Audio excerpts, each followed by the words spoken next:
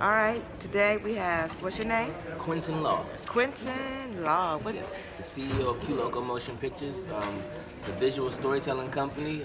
We promote brands, we promote people, we promote small businesses. Everybody has a story, and basically we specialize in visual storytelling. So everybody doesn't really know how to tell their story. So I consult with people. I just help people um, do the impossible. I mean, this is awesome because behind the lens is all about the stories of those photographers and the people that are never get any exposure. Like, there's more to us than meet the eyes. Let me ask you, where did you go to high school? What county? So I went to high school in Brandywine, Maryland. Okay. Gwynn Park High School. Okay, PG County. Yes, Okay. ma'am. Yes, ma'am. Oh, as some would say, Prince George's County. Which No one do doubt. you prefer? It's all the same.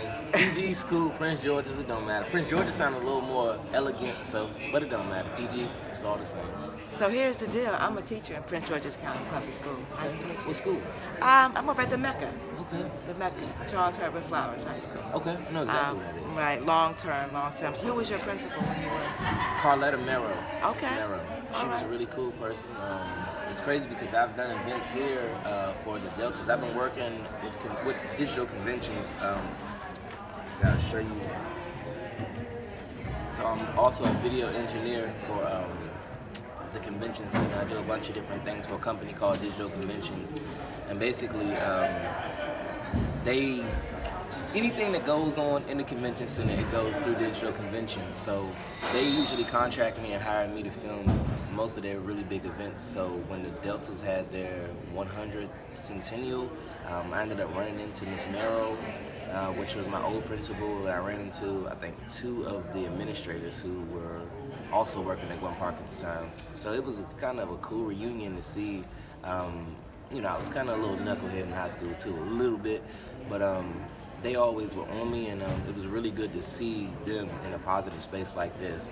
So I try to always make sure I'm in this space and at the convention center. There's so many amazing things happening, and for me to be as young as I am, to have the exposure that I have, and to be able to meet so many different people from so many different networks, it's a blessing, and I try to use it to my advantage every day and just try to educate people on what the media can do for you.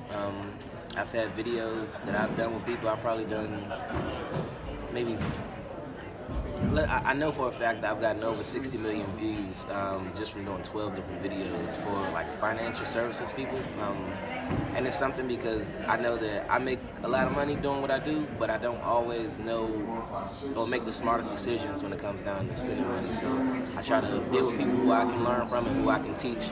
Intergenerational relationships really matter. So try to team up with people that are younger than you and people that are older than you, because y'all can all teach each other something. I mean, look at that. I didn't even have to interview him. He knew exactly what to do.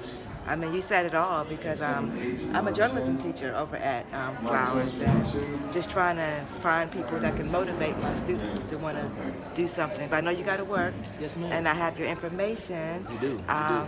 If there's anything that you can request, because right now teachers and students are getting a bad raw deal in Prince George's County. Okay. So tell me, what do you feel about your education from PG? The truth. I think that If you could make a difference, what would you tell the leaders? If you could have the ear of the CEO, what would you tell her? try to meet the students where they are. Like, things are really crazy right now, and things move really fast. And me speaking as a millennial, and even doing video production, like I remember having tape cameras, and now we don't even use tapes. Like, we use little tiny cars, and like the process, everything is streamed. It would take me 11 hours to process a video. Now it takes me 11 minutes. So just to have to go through those types of transitions, everything is instant for us, and it's really quick, and it's instant gratification. And we like to feel validation, like some people do. So, and when I say validation, like, just let people know you appreciate them being in your classroom, you appreciate them taking the time to try, you know, because a lot of people, and you don't know what people are going through outside of school. So I think people just have to kind of really take a step back and remember, like, that we're all human beings and we all go through things. So don't just make it about school and get the work done, and don't make it like it's a bad thing. Because I know for me, I didn't like to read back in the day because it was always a punishment. Like, you need to go read that book and you need to go do that progress report. And even with math, like, just something as simple as explaining how and why this will work in my future. If y'all just say, do this work, and I'm saying like, well, why? Like, why am I gonna do MX, Y plus B? How does that help me in my later on in life? If you can explain it and break that down to me, then I'm gonna do that work and I'm gonna have a newfound respect for what I'm doing and for you. But if you don't do that and you just say, do this because I'm telling you to do it because I'm your teacher, you're not doing it. So that's what I would say. Meet them where they are and don't be so, just hey, like try to. Who's your favorite teacher that you remember that impacted your life the most? My favorite teacher that impacted my life the most. Your favorite teacher or the one that impacted you? It could be. That's two different questions right there. So choose one of those.